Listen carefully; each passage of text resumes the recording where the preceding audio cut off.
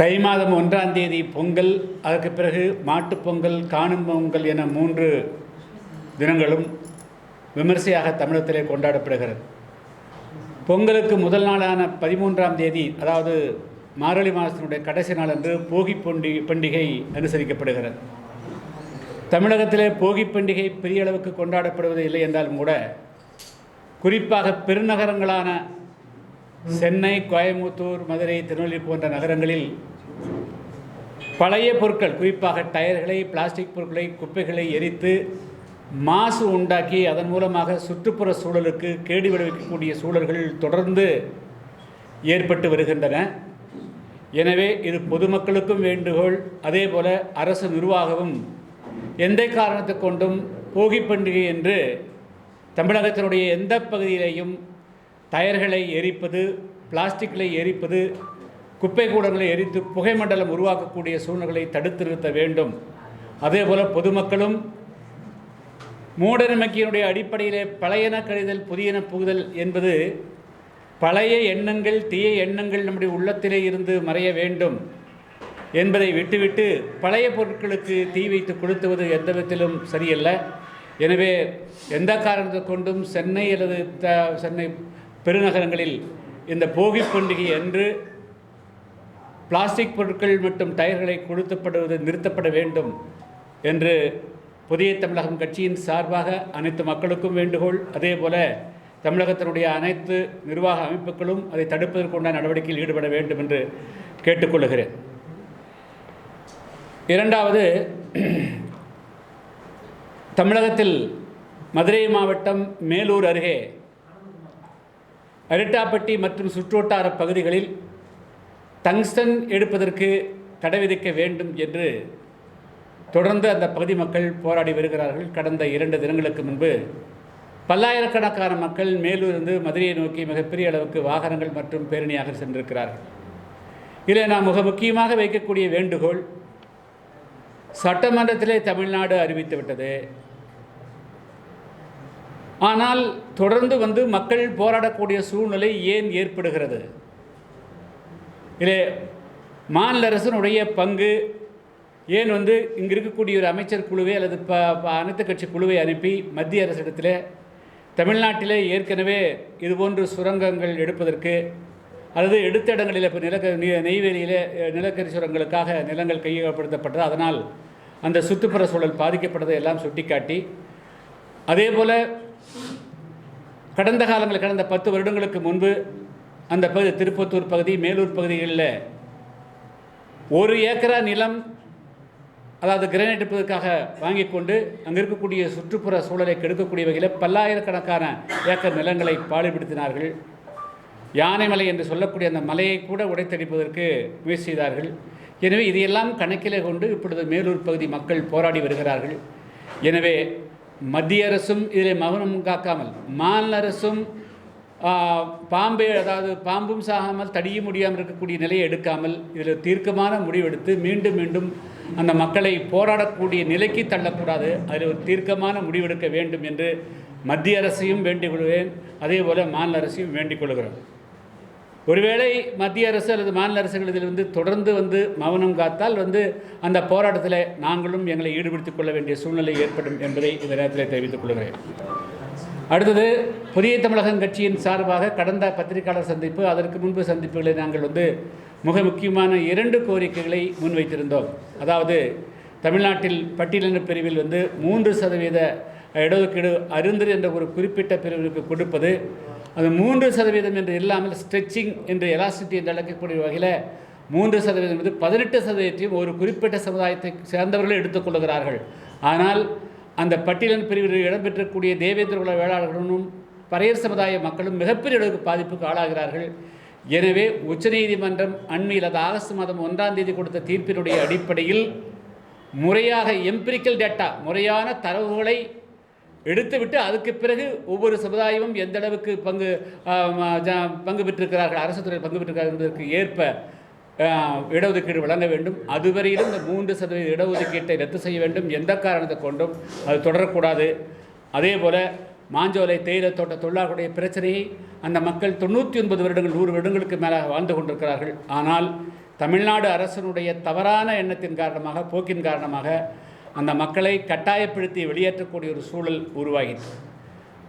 பல அரசியல் கட்சிகளும் துவக்கத்திலே குரல் கொடுத்தார்கள். ஆனால் அவர்களை அப்புறப்படுத்துவதற்கு உண்டான பணியை மாநில அரசோடு சேர்ந்தார்களே தவிர அவர்களுக்கான உரிமையை மாஞ்சோலையில் நிலைநாட்டுவதற்கு உண்டான குரல் வலுவாக எந்த அரசியல் கட்சியும் வரவில்லை. இப்படி அதனுடைய விளைவாக இப்போது நிலைமை எப்படி மாறியிருக்கிறது என்று சொன்னால், கோயம்புத்தூர் மாவட்டத்தில் இருக்கக்கூடிய 183 கிராம மக்களையும் இதே காரணங்களை காட்டி வெளியேற்றக்கூடிய அபாய நிலை ஏற்பட்டு நேற்றைய முன்தினம் வால்பாறையில் மிகப்பெரிய அளவுக்கு கடையடைப்பு நடைபெற்றிருக்கிறது. அதே போல் அதனுடைய பாதிப்புக்குள் நீலகிரி மாவட்டம் கூடலூர், குன்னூர், கோத்தகிரி பகுதிகளுக்கும் விரிவடைந்து, அதே தேனி மாவட்டம் ஹைவேவேஸ் பகுதிகளுக்கும், இப்படி தமிழ்நாடெங்கும் மலைப்பகுதியில் வாழக்கூடிய மக்கள் அச்சத்தோடு வாழக்கூடிய நிலை இருக்கிறார். இதற்கு மிக முக்கியமான ஒரு காரணத்தை சொல்லுகிறேன். இந்த எக்கோ டூரிசம் என்ற பெயரில் இந்த வனத்துறையும் ஒரு மிகப்பெரிய தவறு செய்தது, மத்திய அரசும் தவறு செய்தது, தமிழ்நாடு அரசும் மலைப்பகுதிகளை ஆயிரக்கணக்கான பல்லாயிரக்கணக்கான வாகனங்களுக்கு திறந்துவிட்டு அதை ஒரு மிகப்பெரிய சூழல் கெடுக்கக்கூடிய பகுதியாக மாற்றிவிட்டார்கள். எனவே மத்திய அரசு, மாநில அரசு இரண்டுமே மலைப்பகுதிகளுடைய சுற்றுப்புற சூழல் கெடுவதற்கு மிக முக்கியமான காரணம். உதாரணத்திற்கு வால்பாறையில் பல்லாயிரக்கணக்கான ஏக்கர் நிலங்கள் அரசு நிலங்களும் இருக்கிறது, அதில் தேயிலை தோட்டங்கள் உண்டு. தனியாருக்கு பட்டா போட்டு கொடுத்துருவாங்க. 70,000 எம்பராக டாடா நிறுவனத்துக்கு உண்டு, பிபிடிசிக்கு உண்டு, பல நிறுவனங்களுக்கு உண்டு. கடந்த 5-6 வருடங்களுக்கு முன்பு தேயிலை தோட்டங்களில் பணிபுரிக்க ஆட்கள் குறைகிறார்கள் என்ற அடிப்படையில் 30% நிலத்தை நீங்கள் ரிசார்ட்டு கட்டிக்கொள்ளலாம் என்று தமிழ்நாடு அரசு ஒரு உத்தரவு போட்டிருக்கு.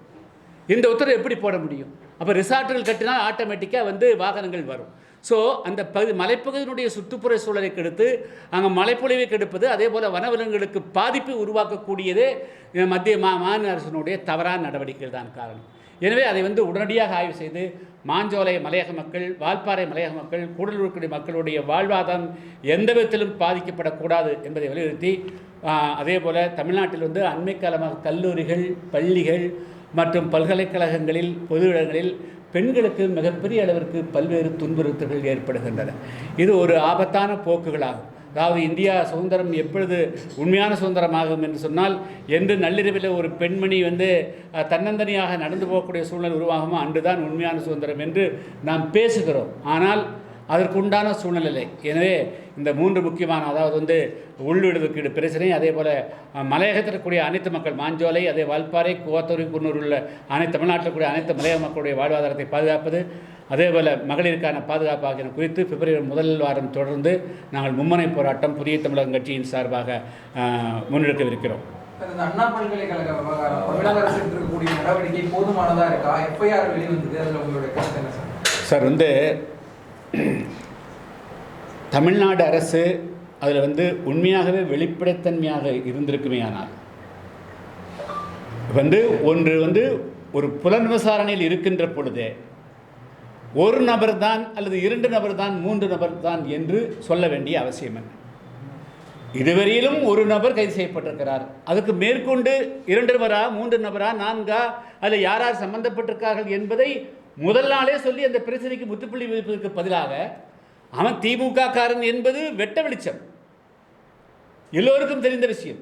ஒரு தினமும் ஒரு ஆதாரத்தை எடுத்து போடுகிறார்கள்.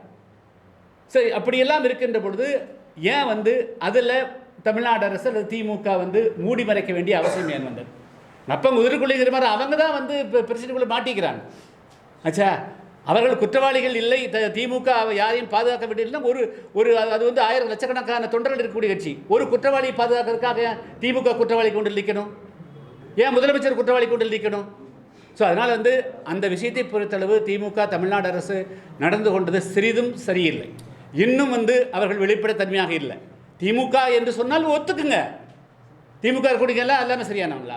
எல்லா கட்சிகளும் சரியானவங்களா? ஒரு குற்றவாளி இருக்கக்கூடாது, ஒரு கட்சி இருக்கக்கூடாதா? அவன் குற்றம் செய்கிறான், அவன் குற்றம் தெரியாமல் அந்த கட்சி இருக்கிறான், அவன் நீக்கி விட்டோம், இது போன்று இனிமேல் அந்த கட்சியிலே இருக்காது என்று சொல்லிட்டு போடலாம். அதே போல் அவன் யார் அந்த சார், அவன் அந்த பெண்மணி அந்த பாதிக்கப்பட்ட பெண் புகார் அளித்துக்கிற போது அவர் சார் என்று பேசுகிறான், யார் என்று புலன் விசாரணையில் போகுது.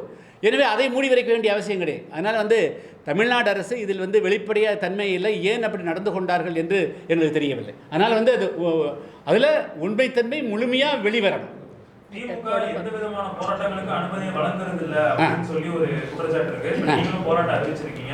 உங்களுக்கான போராட்டத்துக்கான அனுமதி வந்து கிடைக்குமா, கொடுப்பாங்களா அப்படின்னு நீங்க நம்புறீங்களா? நான் அது சம்பந்தமாக தான் வந்துங்க, நான் வந்து நவம்பர் 7ஆம் தேதி எங்களுடைய போராட்டத்துக்கு வந்து காவல்துறை வந்து அனுமதி அளிச்சுட்டு கடைசி நிமிடத்தில் வந்து அந்த போராட்டத்தை தடை செய்தார். அதன் காரணமாக எங்களுடைய போராட்டம் சிதைக்கப்பட்டது. நாங்கள் எதற்காக போராடினோம் என்பதை கூட வந்து பொதுமக்களுக்கு முறையாக ஜனநாயக ரீதியாக கொண்டு செல்ல முடியல. முதலமைச்சர் இடத்துல வந்து அனுமதி கேட்டால் அந்த ஒரு பெட்டிஷன் கொடுக்குறோம், மாஞ்சோலை மக்கள் உள்ளிடுக்கிற பிரச்சனையை வந்து அவர் தான் வந்து தீர்க்க வேண்டிய எடுத்துருக்கிறாங்க. அப்பாயின்மெண்ட் கேட்டால் உண்டு இல்லை என்று கூட பதில் வரல. சரி, தலைமைச் செயலாளர் இடத்துல வந்து அனுமதி கேட்டால் அவரும் கொடுக்கல. அப்போ எங்களுக்கு இருக்கக்கூடிய ஒரே வழி வந்து ஆளுநரிடத்தில் கொடுப்பது ஒன்று தான். அதுக்கு வந்து நாங்கள் ஒரு பேரணி நடத்தலாம்னா பேரணி கொடுத்து போட்டு அவங்க மறுக்கிறாங்க. ஸோ இது மட்டும் இல்லை, திமுக நினச்சா RS பாரதி முதல் நாள் இரவு 10 மணிக்கு வந்து எல்லா டிவிக்கு அடுத்த நாள் காலையில் ஆயிரக்கணக்கான பேர் திரள்றாங்க. இது எந்த விதத்தில் ஜனநாயகம்? இந்தியாவினுடைய அடிப்படை சாசனத்தில் 19வது விதிகளின்படி சுதந்திரம், சமத்துவம், சமத்தாயம் எல்லாருக்கும் உண்டு, பேச்சுரிமை உண்டு, எழுத்துரிமை உண்டு, போராடுவதற்கு உண்டான உரிமை உண்டு. அது திமுகவோ திமுகவினுடைய கூட்டணி கட்சிகளுக்கு மட்டுமே கிடையாது, தமிழ்நாட்டில் கூடிய அனைவருக்கும் உண்டு. ஜனநாயகங்கிறது வந்து மாற்று கருத்து இருக்கிறது தான் ஜனநாயகம். அந்த அடிப்படையில் வந்து இப்பொழுது வந்து நாங்கள் வந்து வழக்கு தொடுத்திருக்கிறோம். நேற்று வந்து நீதிபதிகள் சரியான கேள்வி கேட்டிருக்காரு. காவல்துறை வந்து திமுகவினுடைய ஏஜெண்டாக இருக்கக்கூடாது, மக்கள் அது வந்து அரசு நிர்வாகம். எப்படி 3 தூண், ஒன்று சட்டமன்றம், நாடாளுமன்றங்கள், 2வது வந்து நீதித்துறை, 3வது வந்து அரசு நிர்வாகம், 3 வந்து இண்டிபெண்ட்டாக இருக்கணுங்கிறதா, சுதந்திரமாக இருக்கணுங்கிறது. அந்த வகையில் காவல்துறை நிச்சயமாக சுதந்திரமாக செயல்பட்டு இனிமேல் அது வந்து இனிமேல் எந்த போராட்டமாக, அது ஆர்ப்பாட்டம், உண்ணாவிரதம் எதுவாக இருந்தாலும் வந்து ஜனநாயக ரீதியாக யாரும் மேலிட உத்தரவு என்ற அடிப்படையில் வந்து அவர்கள் வந்து தவறாக வழிகாட்டுவதற்கு ஆளாகி தவறு இழைக்காமல் அவர்கள் வந்து முறையாக அனுமதி வழங்குவார்கள் என்று நம்புகிறோம். அந்த அடிப்படையில் இந்த வழக்கு மீண்டும் வந்து ஜனவரி மாதம் 24ஆம் தேதி வருது. நிச்சயமாக ஒரு நல்ல தீர்ப்பு வரும். அது எங்களுக்கு மட்டுமல்ல, தமிழ்நாட்டில் இருக்கிற அனைத்து அரசியல் கட்சிகளும் அமைப்புகளுக்குமே ஒரு நல்ல தீர்வாக இருக்கிறோம். அதனுடைய அடிப்படையில் தான் நான் வந்து பிப்ரவரி வாரத்துக்கு வச்சிருக்கிறோம். முறையாக அனுமதி கேட்டு நாங்கள் நிச்சயமாக அந்த போராட்டங்களை நடத்துவோம்.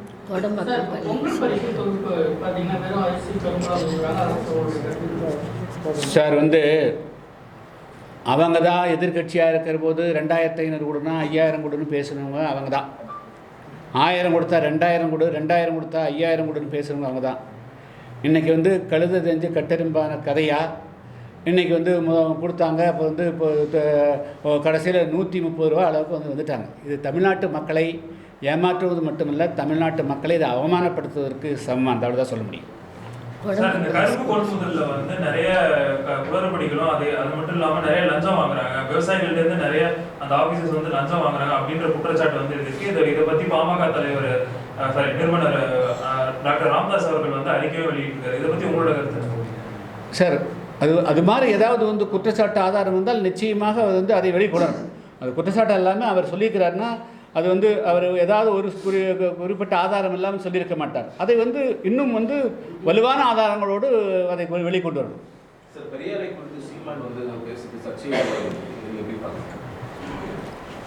சார் வந்து உலகத்தில் பல்லாயிரக்கணக்கான ஆண்டுகளாக வந்து பல பெரியோர்கள் தோன்றியிருக்கிறார். அது தமிழ்நாட்டில் மட்டுமல்ல, இந்தியாவெங்கும் வந்து உலகெங்கும் தோன்றியிருக்கிறார். இப்போ ஏதன்ஸில் வந்து கிரீக் ஏதன்ஸில் சாக்ரட்டிஸு, அரிஸ்டாட்டில், பிளேட்டோ போன்றவர்கள். உலகத்தில் பல அறிஞர்கள் பல்வேறு காலங்களில் தோன்றியிருக்கார்கள். அதே போல் இந்தியாவிலையும் தோன்றியிருக்கிறாங்க. எல்லோரும் அந்தந்த காலகட்டத்திற்கு அவர்களுடைய பங்களித்திருப்பார்கள். ஒருவர் அந்த காலகட்டத்தில் சொன்னது அது எல்லா காலகட்டத்துக்கும் பொருந்தும் என்று சொல்ல இயலாது. விஞ்ஞானத்திலேயே 1600களில் வந்து நியூட்டன் வந்து சொன்ன விதிகள் 1800ல் ஐன்ஸ்டீன் அவர் வந்து கிரேவிட்டி சொன்னார், இவர் வந்து ரிலேட்டிவிட்டின்னு மாற்றிட்டார். ஸோ விஞ்ஞானத்திலேயே வந்து மாற்றங்கள் ஏற்படுகிறது. அதனால் அன்றைய காலகட்டத்தில் நியூட்டன் சொன்னது தான் வந்து பிரசித்தி பெற்றது, அதுதான் உண்மையாகிறது. அதுக்கு பிறகு அதில் மாற்றங்கள் ஏற்படுகிறது, ஐன்ஸ்டீன் சொன்னது. அதுபோல் தந்தை பெரியார் அவர்களோ அல்லது வந்து வேறு யாரோ அவர்கள் அவருடைய காலத்திலே தங்களுடைய சொந்த வாழ்க்கையை விட்டுவிட்டு பொது வாழ்க்கைக்கு வந்து அவர்கள் பல கருத்துக்களை சொல்கிறார். அவர்கள் சொன்னது வந்து எல்லாமே இந்த காலத்தையோடு போற்றி பார்த்தால் சரியாக வராது. அன்று சமுதாயத்தில் எவ்வளவு சூழ்நிலைகள் இருந்தது, எவ்வளவு கஷ்டங்கள் இருந்தது, தொல்லைகள் இருந்தது, சமூகத்தில் எவ்வளவு பிரச்சனை இருந்தது, அதை ஏற்று வெளியே வந்து குரல் கொடுத்தார்களா இல்லையாங்கிறதா முக்கியம். அதை கொண்டு வந்து அவங்க 19ஆம் நூற்றாண்டு வாழ்ந்து 22ஆவது நூற்றாண்டில் கொண்டு வந்து அதை 100க்கு 100 சரியாக பொருத்தி பார்க்கறதெல்லாம் சரியாக இருக்க முடியாது. அதே சமயத்தில் இது வந்து பெரியாருடைய மண் என்று முழுக்க இது பெரியார் தான் எல்லாம் செய்தார் என்று சொல்லுவதோ, பெரியார் ஒன்றுமே இல்லை, பெரியார் ஒரு வெறும் மண் என்று சொல்லுவது ரெண்டும் தவறான. அதுதான் என்னுடைய பார்வை. அதனால் ஒரு பக்கம் வந்து எக்ஸ்ட்ரீமாக போன்னு பெரியாரால் தான் எல்லாம் படிக்கிறாங்க, பெரியாரால் தான் வேலை செய்கிறாங்க, பெரியாரால் தான் எல்லாரும் வாழ்ந்துட்டு இருக்கிறாங்கன்னு சொல்கிறது, அந்த எக்ஸ்ட்ரீம் போகக்கூடாது. பெரியார் ஒன்றுமே இந்த சமுதாயத்தை செய்ய என்று சொல்லுவது இரண்டும் தவறான விஷயங்கள். அதுதான் என்னுடைய பார்வை. அதனால் அவருடைய காலகட்டத்தில் யாரும் முன்வராத போது சில விஷயங்களை கடுமையாக எதிர்த்தார், கடுமையாக கடத்திட்டு நின்றார். அதை நாம் பாராட்டித்தான் ஆக வேண்டும். அவரை கொச்சைப்படுத்துவதற்கோ அல்லது வந்து அவரை ஆய்ந்து அணுவை பூட்டி பார்க்கறதுக்கெல்லாம் ஒன்றுமே கிடையாது. மேலும் பார்க்கணும், அன்றைக்கி யார் வந்தாங்க, அவர் நின்னாரா இல்லையாங்கிறது தான் கொஸ்டின். அவர் சொன்னது அத்தனையுமே 100க்கு 100 எடுத்து கொடுங்கிற அவசியம் இல்லை. அது பலன் இருந்தால், நன்மை இருந்தால், சரியாக இருந்திருந்தால், ஆனால் அந்த சமுதாயத்துக்கு பலன் இருக்கிறத எடுத்துக்குவோம், இல்லைங்கிறத விட்டுருவோம், அவ்வளோதான். அதுக்காக கண்டம் பண்ண வேண்டிய அவசியமே கிடையாது. உலகத்தில் யார் அப்படி ஒரு தூய்மையானத்துக்கு யார் கொடுத்தாங்க? இப்போ மார்க்ஸ் ஏங்கல்ஸு விஞ்ஞான ரீதியாக பொருளாதார மாற்றத்தை அடிப்படையாக கொண்டு அரசியல் மாற்றம், சமூக மாற்றம் 3 வச்சாங்க. பெரியாருடைய தத்துவம் ஒன்லி அந்த சமூக மாற்றம் மட்டும்தான். பொருளாதாரத்துக்கான திட்டம் அவன் வந்து மெட்டீரியலிஸ்டிக்காக இல்லை, ஐடியலிஸ்டிக்காக இது. ஆச்சா, இப்போ மார்க்ஸோ ஏங்கல்ஸோ லெனின் ஸ்டாலின் அவங்க கொடுத்தது வந்து பொருளாதார கட்டுமாற்றம் மாற்றணும், அதுக்கு பிறகு அரசியல் கட்டுமானம், அதுக்கு பிறகு சமூக மாற்றம். இவர்கள் சமூக மாற்றத்தை மட்டும் முன்னெடுத்தாங்க. அது ஒரு முழுமையான விஞ்ஞான தத்துவம் என்று சொல்ல முடியாது. இருந்தாலும் கூட அது எந்த பலனும் அளிக்கவில்லை என்றோ அவர்களை வந்து அதற்காக வந்து எந்த விதத்திலும் கண்டம் பண்ணுறது எந்த விதத்திலும் ஏற்புடையதல்ல. போக்குவரத்து துறையில் வந்து எந்த விதமான இதுவும் கொடுக்கப்பட்டதில்லை, எந்த விதமான கோரிக்கைகளும் ஏற்கப்படவில்லை அப்படின்னு சொல்லி ஒரு குற்றச்சாட்டு வந்து இருக்கு. இதற்கு வைகோ அவர்கள் வந்து கண்டனம் தெரிவிச்சிருக்காங்க. இதை பற்றி உங்களுடைய கருத்து சார்? தமிழ்நாட்டில் வைகோ ஆதரிச்சுக்கிறாரா, எதிர்க்கிறாரா? கண்டனம் தெரிவிச்சிருக்காரு. எதற்கான கண்டனம்? எதிர்த்து தெரிவிச்சிருக்காரு. அரசு வந்து எந்த விதமான நடவடிக்கையும் அதில் எடுக்கல. போக்குவரத்து துறை சார்ந்தவர்களுக்கான அதாவது இந்த போக்குவரத்து துறையை பொறுத்தாட்டுங்க ஏறக்குறைய ஓய்வு பெற்றவர்களே பல லட்சக்கணக்கான பேர் இருக்கிறாங்க. பல ஓய்வு பெற்ற அவர்களுக்கே வந்து அவங்கெல்லாம் பெரிய சம்பளம் பெற்று கொண்டிருந்தவர்கள். இப்போ வேணால் ஒரு 35,000, 40,000, 50,000 சம்பளம் பெறாங்க. 10-20 வருடங்களுக்கு முன்பு ஓய்வு பெற்றவர்கள், 10 வருடங்களுக்கு முன்பு பெற்றவர்கள் 15,000, 20,000 தான் மிக குறைந்த சம்பளம் பெற்றவர்கள் அவர்கள் இருந்தாங்க. அவர்களுக்கு பல பேருக்கு வந்து அந்த ஓய்வூதிய பலனும் கூட கிடைக்கல. இதுதான் வந்து இருக்கக்கூடிய நிலைகள். அதே போல் வந்து இப்போ வந்து இந்த லட்சக்கணக்கான போக்குவரத்து தொழிலாளத்தில் இந்த பிஎஃப் ஃபண்டு இதெல்லாம் பிடிச்சது என்ன பண்ணிக்கிறாங்க? பல லட்சக்கணக்கான கோடி, 1 லட்சம் கோடி, 1.5 லட்சம் கோடிக்கு மேலாக வந்து எங்கே டெபாசிட் பண்ணாங்க, அதுலேருந்து வரக்கூடிய வருமானத்தை என்ன செய்கிறாங்க அப்படிங்கிறதே மிகப்பெரிய மர்மமாக இருக்குது. எனவே போக்குவரத்து துறையில் போக்குவரத்து தொழிலாளர்களுக்கு கிடைக்க வேண்டிய அந்த ஓய்வூதிய பலனையும் கூட கொடுக்காம அவரிடத்திலிருந்து பிடிச்செஞ்சதையும் கூட வந்து முறைகேடு செஞ்சுக்கிற மாதிரி பெரிய தகவல்கள் வருதுங்க. அதுக்காகவே ஒரு பெரிய விசாரணை கமிஷன் அமைக்கணுங்க. சட்டசபையில் நேரலை வழங்குவது ஒரு பெரிய முரண்பாடு இருக்கு. எதிர்கட்சிகள் பேசும்போது வழங்குறது இல்லை, கருப்பு சட்டை போட்டு வந்தால் காட்டுறது இல்லை அப்படின்ற மாதிரி சார். திமுக எல்லாமே அவங்க எதிர்கட்சியாக இருக்கிற போது ஒன்று சொல்கிறாங்க, ஆளுங்கட்சிக்கு வந்தோடனே நேராக மாற்றி பேசுகிறாங்க. ஏன் இவ்வளோ பயம் என்ன ஆச்சா?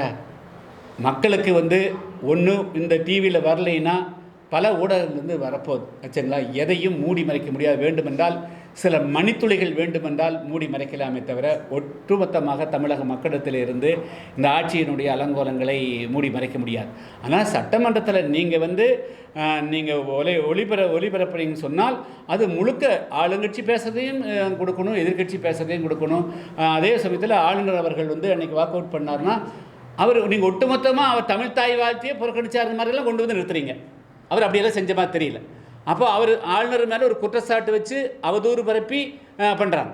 ஸோ அதுக்கு காரணம் அது வந்து நீங்கள் வந்து முழுமையாக வந்து ஒளிபரப்பி இருந்தால் தமிழ்நாட்டு மக்களுக்கு தெரியும் ஆளுநர் வந்து முறையாக செஞ்சாரா இல்லையா. அவர் என்ன கேட்டார்? அதாவது வந்து இந்திய ஜனநாயகத்தில் தேசியம் முக்கியம், தேசிய பற்று முக்கியம். அந்த அடிப்படையில் தேசியத்தை முதல்ல பாடுங்க, தமிழ் தாய் வாழ்த்து 2வது பாடுங்கன்னு சொன்னார். இவங்க தமிழ்நாட்டை வாழ்ந்து இவர் ஓடி போயிட்டார். அவர் நின்றுக்கிறார். தேசிய ஜன பாடலிங்கிறக்காக தான் வெளியே போனார். அதனால் அதே போல் தான் ஆளுநர் அவர்களை ஆர்எஸ் பாரதி அவர் கேஷுவல் லேபர்னு சொல்கிறார். எந்த விதத்தில் நியாயம் இது? வாய் இருக்குங்கிறதுக்காக எது வேணால் பேசுகிறதா? இதெல்லாம் நியாயமா? ஒரு கான்ஸ்டியூஷனல் ஹெட் உங்களுக்கு பிடிக்குது பிடிக்கல, அதை நீங்கள் ஆரம்ப காலத்தில் எதுக்குறீங்க, அது வேறு பிரச்சனை. கொள்கை ரீதியாக எதுங்க. ஆனால் தனி நபரை நீங்கள் எந்த காரணத்தை கொண்டு காயப்படுத்தக்கூடாது. அது ரொம்ப தவறாக கண்டிக்குது. எனக்கு ஆளுநர் ஒன்றும் பெருசாக தப்பு பண்ணல. அவர் தேசிய இதை இயக்கலுக்காக வாக் அவுட் பண்ணிட்டு போனார். அதுதான் செஞ்சுருக்க முடியும். அதனால் இந்த நேரடி ஒளிபரப்பு விஷயத்தில் சட்டமன்றம் எல்லோருக்கும் எந்த விதத்தில் பாகுபாடு இல்லாமல் ஆளுங்கட்சியினுடைய அல்லது அவர்களுடைய பேச்சுக்களை மட்டும் ஒளிபரப்பிட்டு எதிர்க்கட்சிகள் கம்ப்ளீட்டாக முடமாக்கிறது, அதை மறைக்கிறது எந்த விதத்திலும் சரியானதல்ல. அது நியாயமாக நடைபெற வேண்டும்.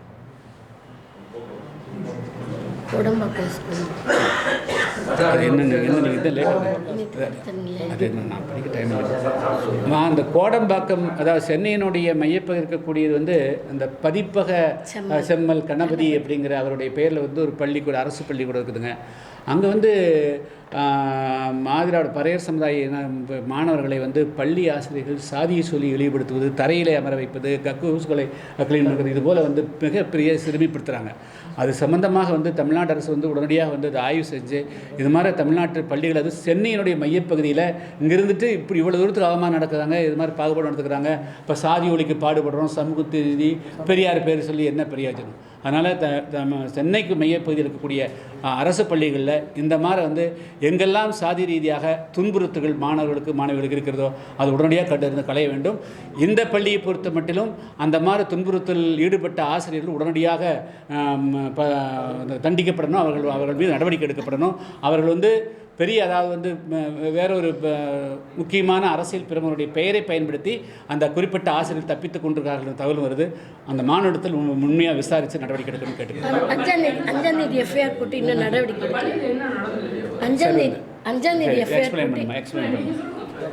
இல்லை. நான் தான் கமிஷனர்கிட்ட, அதாவது பெட்டிஷன் கமிஷனர்கிட்ட நான் தான் கொடுத்தேன். இல்லை மீடியாவில் ஒரு வருஷம், அதாவது அங்கு 2-3 மாணவர்கள், அவர்கள் ஷெட்யூல் காஸ்ட் என்று அழைக்கப்படக்கூடிய பறையர் சமுதாயத்தை சார்ந்த மாணவர்கள். எல்லாரும் ஒரே ஒரு பள்ளியில் இருக்கக்கூடிய வகுப்பு இருக்கக்கூடிய எல்லா மாணவர்களும் ஒரே மாதிரியாக புத்திசாலியாக இருப்பார்கள் என்று சொல்ல முடியாது. சில மாணவர்கள், சில மாணவிகள் பின்தங்கி இருப்பாங்க. அந்த பின்தங்கி இருக்கக்கூடிய மாணவர்களையும் கூடுதல் நேரம் கொடுத்து செலவழித்து அவர்களை முதல் தரத்துக்கு கொண்டு வருவதாக அவர்களை கண்டம் பண்ணுறது எந்த விதத்தில் நியாயமில்லை. அதுக்கு உரிமை கிடையாது.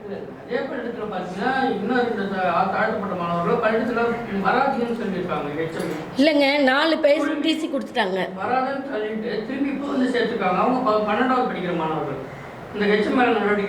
எங்க எச்எம் தாங்க பசங்களையே டிசி கொடுத்தீங்கன்னு கூப்பிட்டு சேர்க்குறாங்க. அதாவது